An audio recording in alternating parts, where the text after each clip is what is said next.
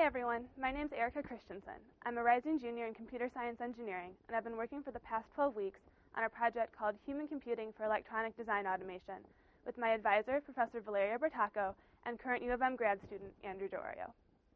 First of all, a little bit of background on EDA problems and satisfiability. EDA describes a set of tools used to help engineers design and simulate electronic systems ranging anywhere from circuit boards to integrated circuits. These tools work by simulating the millions of primitives or solution paths that exist in these systems and are currently solved with heuristics and approximations. That's where satisfiability, or SAT problems, come into play. SAT describes a type of Boolean expression where we try to find an assignment for the variables such that the expression evaluates to true. SAT can be used to model many EDA applications. So since computers only use approximations to solve these problems, we started brainstorming some ways that humans might be able to solve them, and some things that humans are good at, such as object recognition, creative thinking, visual reasoning, such as playing the game Go, where humans can always beat computer algorithms, text summarization, and intuition, where people have the sense of being able to know a good move in a game, even if they can't fully explain why. So from our brainstorm came FunSAT, our human EDA game. This is a screenshot of the game, and I'm going to describe what the board means.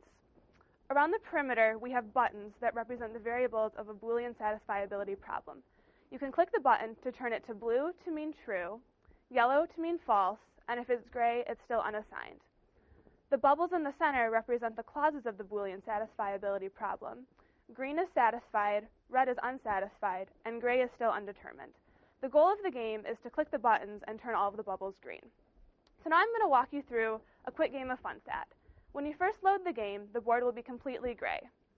So I decide to click a button, and I'm going to toggle it to blue, and I see that two clauses in the lower right corner become true. Now if I right-click on this variable, I see several bubbles that are highlighted, which show the bubbles that depend on this variable. Now I see that if I turn this button to yellow, I'll turn three clauses green. So I do that. I'm going to play for a while until I have only one clause left unassigned. I'm going to use the same process, right-click on this clause this time, and I see two buttons on the right-hand side highlighted, and I'm going to change one of those to make all of my clauses green. So moving forward with this game, we'd like to extend it to become massively multiplayer, so we can handle large SAT instances, kind of like a map, as shown by our little Google Map picture. We'd also like to add some social incentive, some networking, team collaboration, so that people can work together to solve large instances. So in conclusion, we've determined that although EDA problems are difficult for computers to solve, humans have some special problem-solving capabilities that may allow them to be more successful than computers. So if you're up for the challenge and are interested in playing, feel free to visit funsat.eeks.umich.edu and try it for yourself. Thank you.